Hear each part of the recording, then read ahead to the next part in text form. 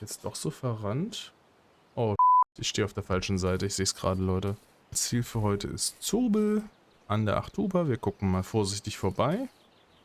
Ich frage mich gerade, wo ich mein verdammtes Boot geparkt habe. Moment, nicht abstürzen. Kann ich hier hoch? Nee. Ich suche mein Boot. Haben wir mein Boot gesehen? Ich glaube, das steht hier hinten.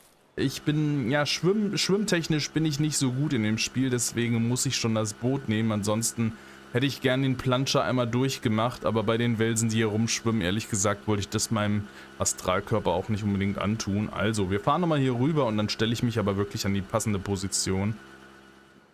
Moin, liebe Angelfreunde und herzlich willkommen zur heutigen Session. Ja, unschwer erkennbar, ich bin gerade auf dem Weg noch zum Spot und es ist etwas ungünstig mit der Hinreise gelaufen, aber dafür bin ich ja auch nicht unbedingt bekannt für meine Unfehlbarkeiten, ne? Was ich euch heute zeigen möchte, ist, wie wir uns dem Zobel als Fisch, als Zielfisch fürs Trophäenfangbuch an der Achtuber nähern wollen. Dort habe ich einen Spot gefunden und da sind wir gerade auf dem Weg hin. Nochmal kurz die Karte öffnen. Also, wir sind komplett falsch gewesen. Wir sind hier unten angekommen. Wir mussten aber eigentlich hier hin. Die Positionsbezeichnung lautet hierbei auf 8765. Die befindet sich hier in diesem Quadranten. Ich glaube, hier so an der Kante dran. Und da sind wir jetzt sozusagen verabredet mit unserem Zielfisch. Der Zobel gehört zu den sogenannten Z-Fischen. Zerte, Zobel und Zope, die es zum Beispiel allesamt am Wolschow zu fangen gilt. Hier an der Achtuber beispielsweise, gehen wir mal in die Trophäen rein, könnt ihr sehen, wie viele ich schon gefangen habe. Ist es tatsächlich so, dass Zope und Zobel alleine stehen, ohne die Zerte? Die ist hier in dem Fall mal nicht gefordert, aber eben der Zobel. Und den Zobel, den gucken wir uns jetzt mal gemeinsam an mit dem Setup, das ich für ihn vorgesehen habe. Wie gesagt, den Spot habe ich mir rausgesucht. Ich habe ihn ein bisschen abgewandelt in der Zusammensetzung. Wir haben hier eine Bunesan-Picker am Start mit 7 Gramm Zitterspitze, einer Sputnik Element Pro mit 6,4 Kilogramm. So viel brauchen wir bei diesem kleinen Setfisch nämlich nicht. Wir haben hier eine monophile Schnur mit 100 Metern. Das sind hier 3,2 Kilo Invisible Schnur. Invisible, schlecht sichtbar bis gar nicht, sozusagen unsichtbar für den Fisch. Wir haben einen Westhill Blink drauf mit optischem Signal, was nicht akustisch wahrnehmbar ist. Wir haben ein Clay Senkblei von Helen van Zandt mit 20 Gramm. Das ist flach, das kann man hier gut versenken. Das legt sich dann wunderbar auf den Grund und präsentiert den Köder, der dranhängt. In unserem Fall ein Fluorocarbon-Vorfach fürs Fiedern, hier mit 3,2 Kilo ebenfalls. Das heißt, wir kommen hier mit dieser Tragfähigkeit der Rute nicht mehr ansatzweise in Berührung, da wir ja versuchen, auf einer dünnen Schnur zu angeln mit einem dünnen Vorfach. An dem Vorfach hängt ein Haken. CL16 ist die Kennung, S8 die Größe. Ein mittlerer Haken, der uns eine Köcherfliegenlarve präsentiert oder vielmehr dem Fisch und das Ganze dreimal.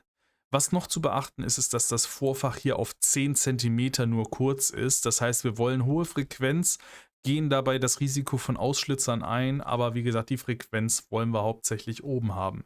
An dieser Stelle möchte ich kurz nochmal auf den Part hinweisen, den ich verändert habe. Und zwar ist es so, dass im Originalaufbau ein Portionen PVA, also ein 10 Gramm PVA, an jeder einzelnen Angel angebracht ist, mit der identischen Futtermischung, die ich hier auch verwende. Das ist jetzt bei mir anders. Ich habe mich entschieden, da wir auf 15 Meter angeln, der Bereich überschaubar ist und erreichbar mit 3 Routen, dass ich gesagt habe, okay, ich nehme jetzt da eine Futterrakete, hau die dort direkt hin und schmeiß die Angeln einfach in den Bereich. Dann habe ich zunächst einmal den Vorteil, dass ich nicht überfüttern kann, weil ich nicht vergesse, die PVAs abzunehmen. Das kann nämlich dann durchaus mal dazu führen, wenn das Ganze häufig wieder fängt und man es ausschmeißt. Gerade wenn man auf Kleinfische ausgeht, ist die Frequenz oft dann schnell sehr hoch und man übersieht dann, dass man schon vielleicht 10 Fische gefangen hat oder 10 Mal ausgeworfen hat beispielsweise, ne, und haut das dann immer weiter raus. Und irgendwann killt sich dann dieser Spot einfach zwangsläufig wegen Überfütterung und das wollte ich gerne vermeiden. Deswegen habe ich jetzt hier die Westhill Carp Classic L1 Rakete wieder genommen. Die hat 10 Portionen, das ist Maximum, mehr sollte nicht. Und dann eben unsere Futtermischung, die zeige ich euch natürlich auch noch. Da haben wir eine Trockenfuttermischung, Qualität 10 von 10 mit einer 17-stündigen Haltbarkeit. Gemahlene Erbsen bilden die Basis. Wir haben Zuckmückenlarven, Caster, Kekse, gehackte Würmer und jetzt Achtung, spezielles Aroma Karamell dabei. Ist nicht von mir, wie gesagt, ist auch übernommen und hat auf jeden Fall hier einen spannenden Side-Effekt, nämlich zu gucken, was geht denn da jetzt alles auf Karamell und Co. ein.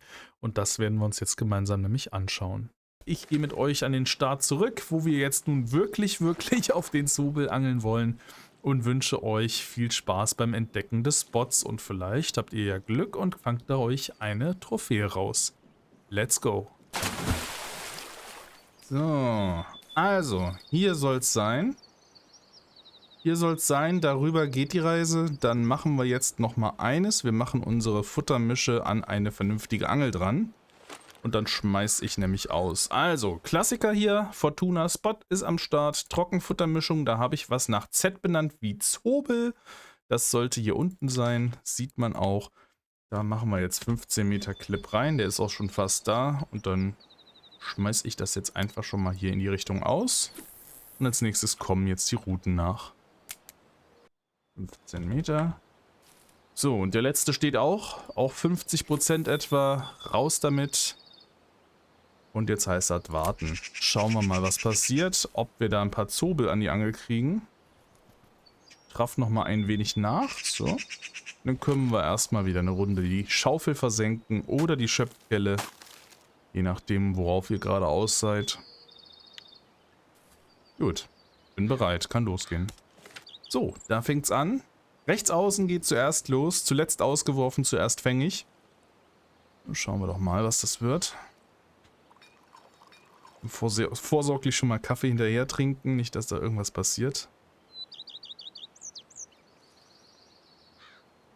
Ja, nun los, jetzt trau dich auch. Jetzt hast du angefangen, jetzt muss es auch zu Ende führen.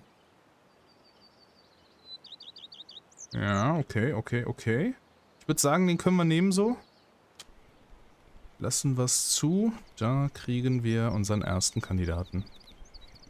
Mitte geht auch schon direkt was.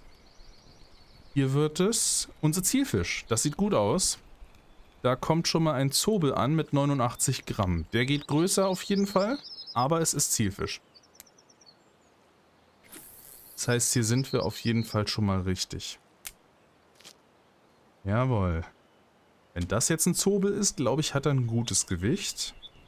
Zweiter Fisch an der Angel. Wir schauen mal vorsichtig rein.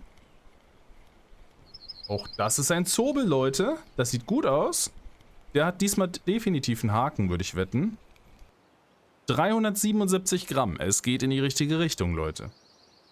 377 Gramm Zobel. Sehr schön. Genauso soll es sein. Pro forma schauen wir nochmal in unsere Liste rein. 600 Gramm sind die Zielvorgabe für eine Trophäe beim Zobel. 900 Gramm wäre schon echt ausgefallen, aber das wäre dann eine blaue Krone, sprich die Super Trophy. Oh, wir schauen weiter. Alle guten Dinge sind dieses Mal nicht 3. Nein, wir kriegen Rotauge. Ganz klar nicht der Zobel, aber trotzdem schöner Fang. Oh, diesmal eine Nase. Auch davon habe ich gehört. Auch die soll es hier geben. Aber der Vorteil hierbei ist, die war jetzt 300 Gramm schwer. Die Nase, meine ich, brauchen wir hier an der Achtuber auch noch. Genau, hier ist sie nämlich. Ein Rotauge allerdings nicht. Also Rotfeder gerne, aber das habe ich bisher noch nicht entdeckt hier. Beziehungsweise die habe ich noch nicht entdeckt. Aber wenn wir hier Chance auf Nase und oder Zobel hätten an der Ecke, wäre das auf jeden Fall ganz gut. Oh, ich glaube eine Nase.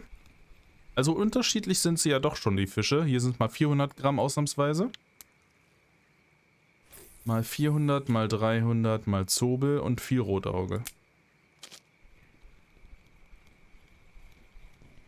Ja, ich schaue auch gern nach oben an der Achtuber. Es ist mal schön, den Sternenhimmel hier zu beobachten. Hat was. Aber jetzt gucke ich erstmal nach vorne, denn das sieht auf jeden Fall nicht verkehrt aus, was da ankommt. Achtung, 411 Gramm Zobel. Damit ein Kescher PB. Und ich bin gespannt, ob der noch größer geht. Aber wir sehen das Potenzial hier in der Ecke. Da ist auf jeden Fall das Richtige am Start. Was wir uns auch anschauen müssen, ist die Haltbarkeit unserer Futterbombe, bis wann die hält. Wenn wir das wissen, können wir anhand der Zeit, die wir jetzt hier schon verbracht haben, genau schauen, wie viel Restzeit noch ist oder wann wir besser gesagt wieder auswerfen müssten. Wir schauen einmal rüber. G-Taste öffnet uns das Inventar der angeschauten Angel, sofern wir nah genug dran sind. Futtermischung hier ist ausgelegt für Zobel. Die hat Zeit 17 Stunden. Zu berechnen ist das relativ einfach. Wir rechnen 60 für die 60 Minuten, die ein Tag hier im Spiel dauert, geteilt durch 24 und haben dann praktisch die eine Stunde sind 2,5 oder 2,5 Minuten. Das Ganze mal 17, wissen wir also, dass nach 42,5 Minuten hier die Futtermischung getauscht werden kann.